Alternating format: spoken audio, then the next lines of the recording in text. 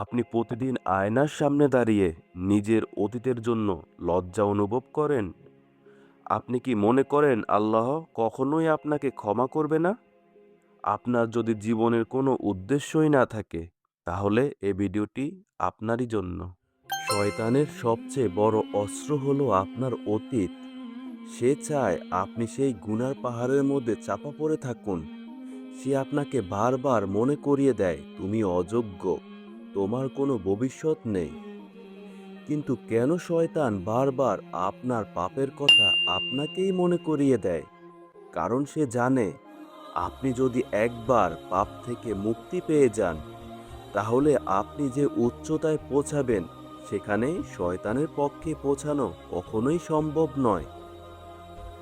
শয়তান যেখানে আপনাকে আটকে রাখতে চায়, আল্লাহ ঠিক সেখান থেকেই আপনাকে তুলে নিতে চান।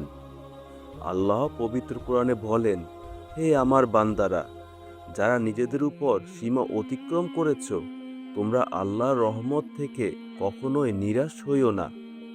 নিশ্চয়ই আল্লাহ সমস্ত গুনাহ ক্ষমা করে দেন।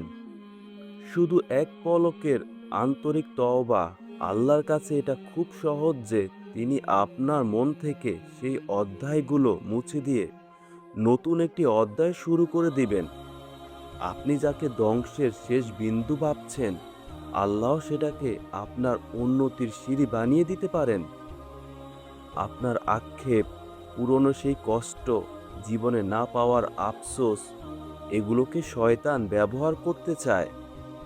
কিন্তু আপনি সিদ্ধান্ত নিন এই আফসোসগুলোকে জীবনের পরীক্ষা হিসাবে নিয়ে আল্লাহর রহমতের জন্য অপেক্ষা করা।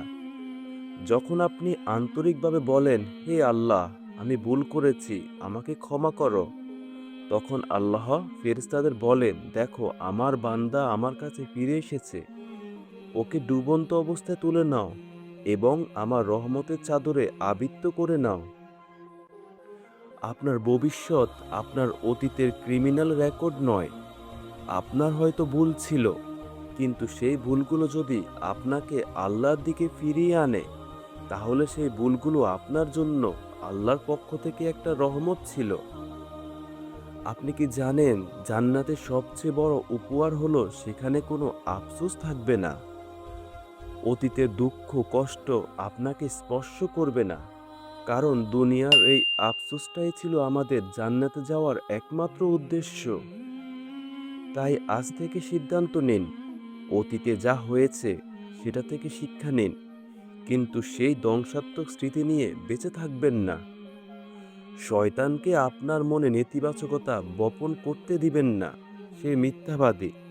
আল্লাহ বলেছেন তার রহমত আমাদের পাপ থেকে কখনোই বড় হতে পারে না। মনে রাখবেন, আপনি যত বড়ই পাপ করে থাকুন না কেন, আল্লাহর দরজা সবসময় খোলা। আপনাকে শুধু সেদিকে পা বাড়াতে হবে।